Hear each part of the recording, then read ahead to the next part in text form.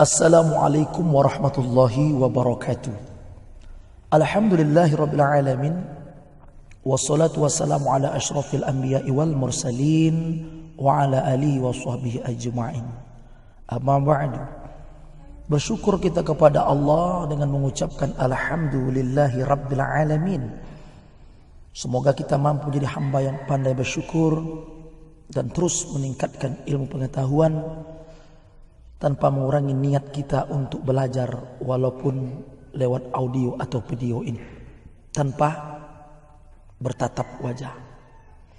Salawat serta salam dengan ucapan Allahumma salli ala Sayyidina Muhammad wa ala ali Sayyidina Muhammad. Semoga kita tergolong hamba-hamba Allah yang mendapatkan syafaat dari Nabi Muhammad sallallahu alaihi wasallam di akhirat nanti. Amin ya rabbal alamin. Apa kabar para pelajar kelas 11 agama yang dirahmati Allah? Mudah-mudahan semua kita dalam keadaan sehat. Baik para pelajar sekalian, pada semester genap kita akan belajar tentang beberapa materi di dalam bidang studi akhlak tasawuf ini.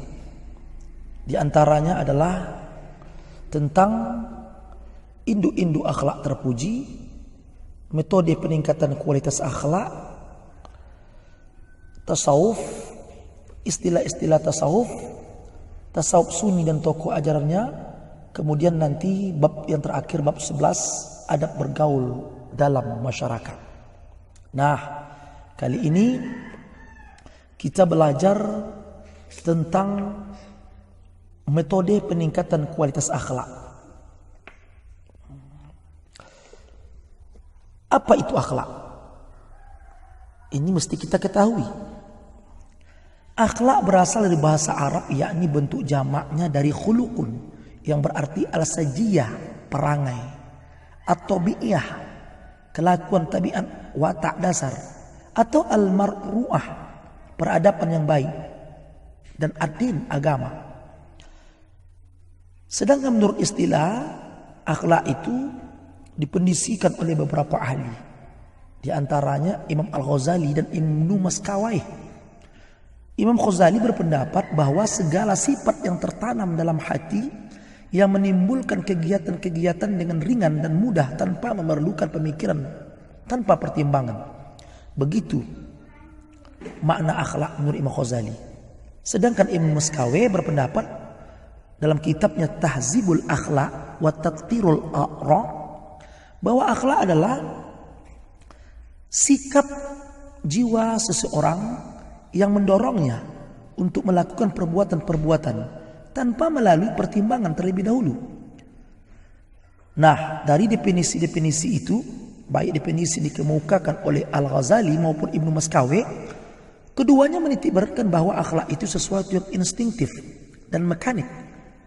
Maksud dari instinktif dan mekanik adalah dalam pelaksanaannya akhlak tidak membutuhkan pertimbangan apapun. Adakah dalam menjelaskan ini? Tentu saja. Dalam Al-Quran, surah Al-Qalam, ayat 4, Allah subhanahu wa ta'ala berfirman, wa innaka la'ala khuluqin azim, dan sesungguhnya kamu benar-benar berbudi pekerti yang agung. Kita juga dapat melihat dalam Quran, surah Al-Ahzab ayat 21, laqad kana lakum fi rasulillahi uswatun hasanatun liman kana yarjullaha wal yawmal akhir wa zakarallaha katsira. Sesungguhnya telah ada pada diri Rasulullah itu suri tauladan yang baik bagimu, yaitu bagi orang yang mengharap rahmat Allah dan kedatangan hari kiamat, dan dia banyak menyebut Allah. Nah, para pelajar kelas 11 agama, dapatlah kita ambil pengertian akhlak bahwa akhlak itu adalah sifat yang tertanam dalam jiwa sehingga seseorang dapat menilai perbuatan baik atau buruk, kemudian mendorong untuk melakukan perbuatan-perbuatan tanpa melakukan pertimbangan. Macam-macam metode peningkatan kualitas akhlak. Bagaimana caranya agar kualitas akhlak itu meningkat? Nah, yang dapat menjelaskan itu kita tanya ahlinya. Imam Ghazali contohnya. Imam Ghazali berpendapat bahwa metode-metode yang bisa digunakan untuk meningkatkan kualitas akhlak itu, diantaranya ada metode yang bernama metode taat syariat. Ada yang kedua namanya metode pengembangan diri. Juga ada yang ketiga namanya metode kesufian. Nah, mari kita pelajari satu persatu. Metode taat syariat, metode ini berupa pembenahan diri, yakni membiasakan diri dalam hidup sehari-hari untuk melakukan kebajikan dan hal-hal yang bermanfaat sesuai dengan ketentuan syariat, aturan-aturan negara dan norma-norma kehidupan bermasyarakat. Di samping itu, berusaha untuk menjauhi hal-hal yang dilarang syarak dan aturan-aturan yang berlaku. Metode ini sederhana dan dapat dilakukan oleh siapa saja dalam kehidupan sehari-hari. Hasilnya akan berkembang sikap dan perilaku positif seperti ketaatan pada agama dan norma-norma masyarakat, hidup tenang dan wajar, senang melakukan kebajikan, pandai menyesuaikan diri, dan bebas dari permusuhan. Nah, bagaimana cara menerapkan metode-metode itu? Cara menerapkan metode ini, pertama, membiasakan diri untuk selalu melakukan kebaikan dan menjauhi yang dilarang syarak. Kedua, menjauhi permusuhan. Yang ketiga, membiasakan diri untuk menyesuaikan dengan lingkungan. Kemudian ada metode yang kedua, metode pengembangan diri. Metode yang bercorak fisiko-edukatif ini didasari oleh kesadaran atas kekuatan dan kelemahan diri yang kemudian melahirkan keinginan untuk meningkatkan sifat-sifat baik dan sekaligus menghilangkan sifat-sifat buruk. Dalam pelaksanaannya dilakukan pula proses pembiasaan, conditioning, seperti pada metode taat syariat tadi, ditambah dengan upaya meneladani perbuatan dari pribadi yang dikagumi. Membiasakan diri dengan cara hidup seperti ini secara konsisten akan mengembangkan kebiasaan-kebiasaan dan sifat-sifat terpuji yang terungkap dalam kehidupan pribadi dan kehidupan bermasyarakat.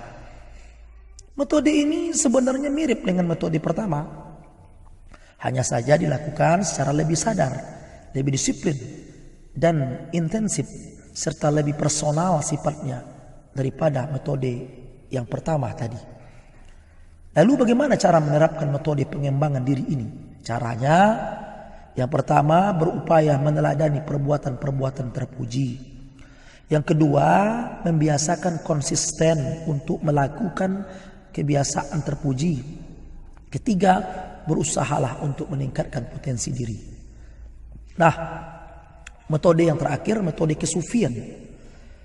Metode ini bercorak spiritual, religius, dan bertujuan untuk meningkatkan kualitas pribadi, mendekati citra insan ideal, atau lebih dikenal dalam istilah sufi, insan kamil. Pelatihan disiplin diri ini menurut Al-Ghazali dilakukan melalui dua jalan, yakni al-mujahadah dan ar-riyadah. Apa itu al-mujahadah? Mujahadah adalah usaha sungguh-sungguh untuk menghilangkan segala hambatan pribadi. Apa contohnya? Harta, kemegahan, taklid, maksiat. Ar-riyadah adalah latihan mendekatkan diri pada Tuhan dengan selalu berusaha meningkatkan kualitas ibadah. Nah, para pelajar kelas 11 agama, kegiatan sufistik ini berlangsung di bawah bimbingan seorang guru yang benar-benar berkualitas dalam hal ilmu, kemampuan, dan wewenangnya sebagai mursyid. Di antara ketiga metode tersebut, metode kesufian dianggap tertinggi oleh Al-Ghazali dalam proses peningkatan derajat kerohanian, khususnya dalam meraih akhlak terpuji. Cara menerapkan metode ini adalah membiasakan bersifat zuhud, melakukan riyadah, mendekatkan diri pada Tuhan, meningkatkan kualitas ibadah. Demikian beberapa metode dan cara penerapannya. Semoga dengan cara tersebut usaha kita semua dalam upaya meningkatkan kualitas akhlak terpuji, khususnya kepada peserta didik kelas 11 agama berhasil sesuai dengan tujuan yang kita harapkan bersama. InsyaAllah. Amin. Ya Rabbal Alamin.